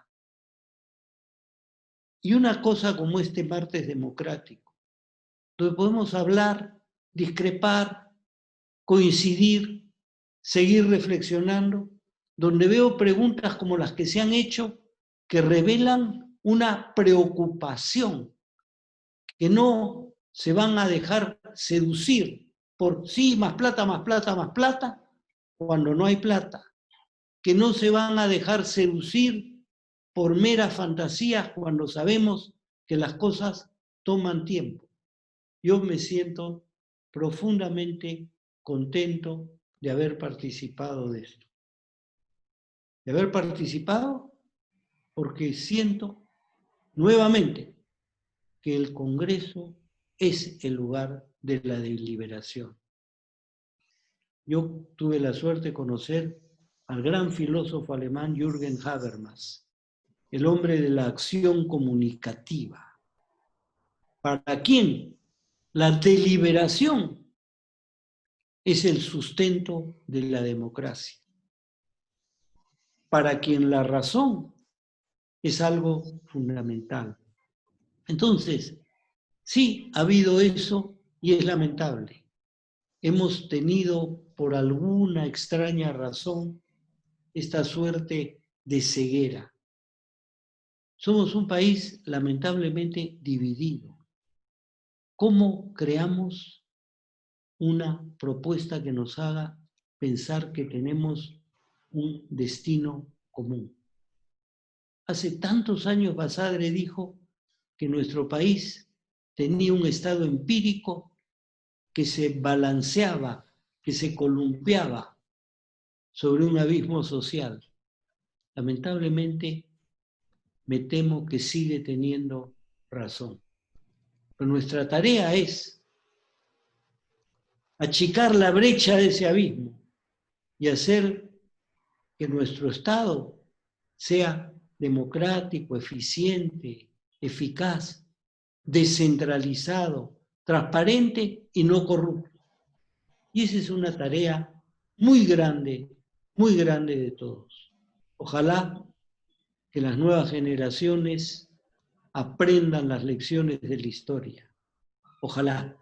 Tenemos el bicentenario a portas, que debiera ser un motivo de una inmensa reflexión. Una inmensa reflexión. Recordar la promesa de quienes fundaron nuestra república. Como he dicho alguna vez, somos un país 5 veces milenario que está celebrando el bicentenario de nuestra independencia. Tenemos tiempo. Muchas gracias, doctor Max Hernández. La última pregunta es para el doctor Elí. Mencionan que están de acuerdo con la exposición, pero quieren saber muy puntualmente, profesor Elí, tres medidas que se podrían tomar a corto plazo con la nueva inversión que se haría en educación para ir viendo algún cambio, no sé si sustancial, pero mencionan algún cambio de una medida a corto plazo, ¿no? Algunos ejemplos que podría usted mostrar con relación, inclusive toman nota al ejemplo que pone de la educación finlandesa, ¿no? De la educación nórdica. Gracias. Sí, hoy estamos saliendo, o no es que estamos saliendo, estamos viviendo una etapa de la pandemia que nos ha desnudado y nos ha mostrado la real situación en la cual estamos en el país. Yo me he preguntado en varios momentos, cuando estábamos en el mes de febrero y marzo y se discutía el inicio del año académico 2020, se hablaba mucho de las grandes dificultades de infraestructura educativa en este año para atender a nuestros millones de niños, que son casi 9 millones de estudiantes, de los cuales 6 millones y 200 y tantos están en la escuela pública y otros 2 millones y 700 están en la escuela privada. Y uno de los temas que se decía es que cómo garantizamos que las escuelas tengan por lo menos agua, desagüe y electricidad. ¿Se podría invertir en esos aspectos necesarios y urgentes? Claro que sí. Requerimos, y se dice, y son cifras del mismo Ministerio de Educación, casi construir o reconstruir de nuevo el 45% de instituciones educativas, incluso en las zonas urbanas y zonas alejadas. ¿Es posible invertir en eso? Necesitamos hoy, por ejemplo, levantar la economía. Necesitamos dar trabajo. Necesitamos invertir, movilizar el dinero. Es posible hacer una inversión agresiva en materia de infraestructura educativa y el mismo que permita, por ejemplo, mayor movilidad de la economía nacional desde lo que es la compra y venta de cemento, de ladrillo, de materiales de construcción, mano de obra calificada y no calificada. Sí es posible. Ya creo que voy por 2 o 3 temas. A marzo teníamos grandes deficiencias en la brecha de conectividad. Es posible conectar a nuestras escuelas de zonas alejadas del país al Internet, y si no es al Internet, a otros tipos de servicios virtuales que hoy se ofrecen en el mundo, que te cuesta un promedio no menos o no más de 2,000 soles para instalar un módem, una laptop, un servidor, para que el estudiante con distanciamiento llegue a la escuela y se lleve la información allí y trabaje en su casa en algún material como un celular o una tableta que el mismo Estado puede entregar. ¿Es posible? Sí es posible. Es posible, por ejemplo, alfabetizar digitalmente a miles de maestros que tenemos todavía dificultades en el manejo de las tecnologías de la información y la comunicación para poder hacer más eficiente nuestro trabajo en este periodo. Sí lo es. Es posible. Porque si de algo yo estoy convencido, es que terminado la pandemia, las tecnologías de la información y la comunicación no van a volver a cero. Tienen que seguir trabajándose y utilizándose, y los maestros tenemos que seguir utilizando. Al contrario, hemos llegado tarde en el Perú a usar estos medios. ¿Podemos invertir allí? Sí es posible invertir. Podemos invertir en nuestras instituciones educativas de acuerdo a planes y proyectos específicos presentados por provincias y por regiones haciendo que nuestras escuelas se incorporen al mundo productivo.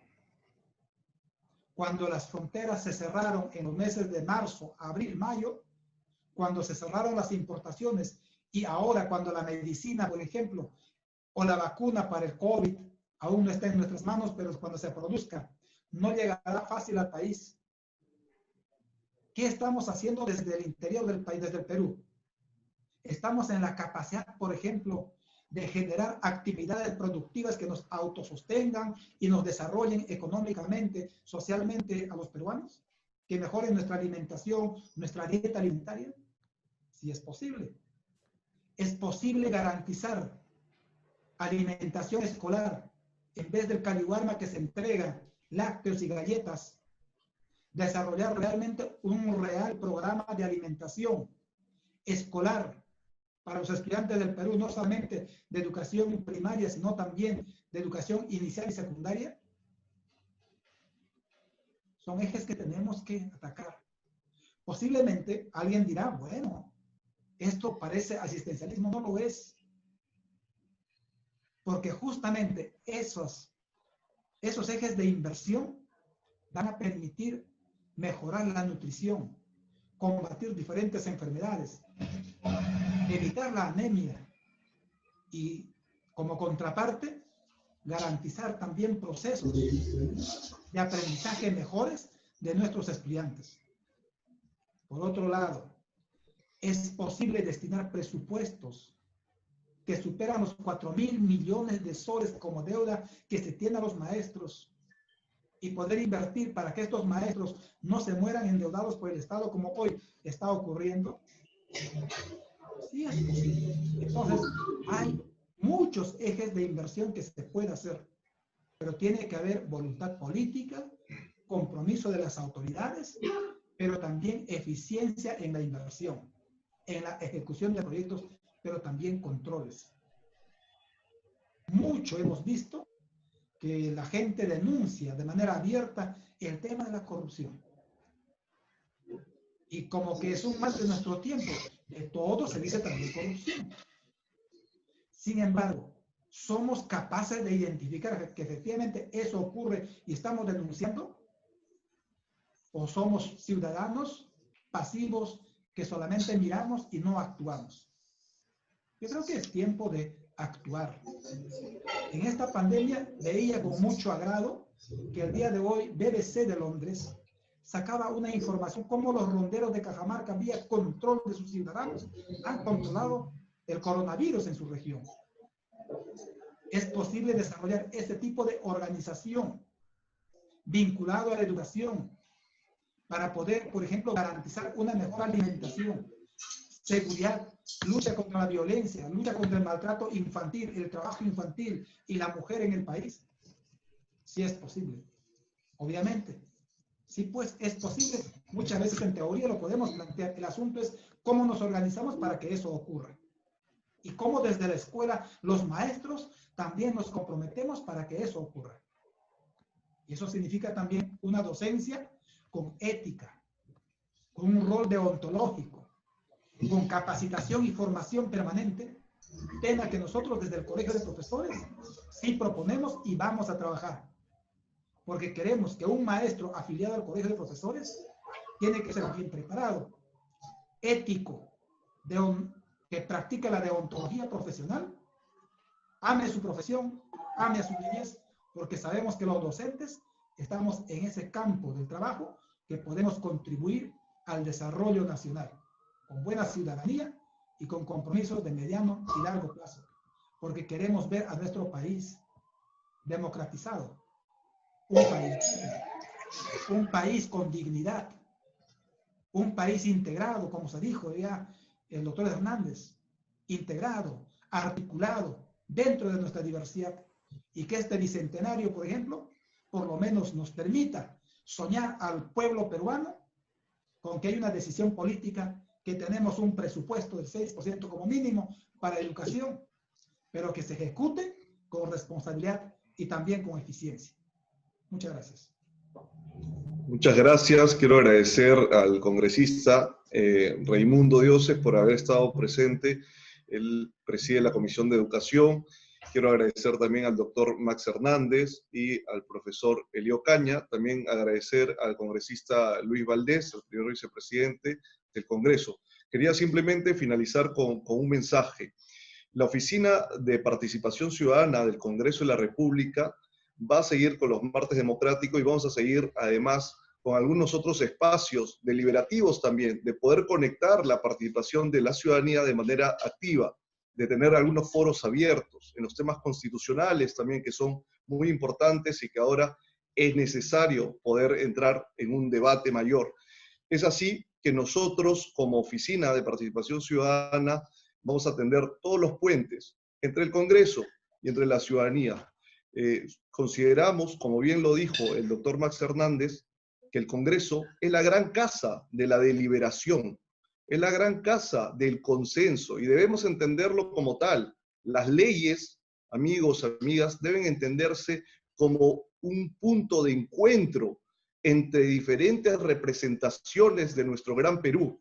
Una ley nace después de que un proyecto se somete a debate, se somete a una comisión y luego llegamos a una ley. Eso difiere mucho, y hay que saberlo, de los decretos. Los decretos se hacen a puerta cerrada. Las leyes se hacen a puerta abierta. Los proyectos de ley están allí para que puedan ustedes revisarlos.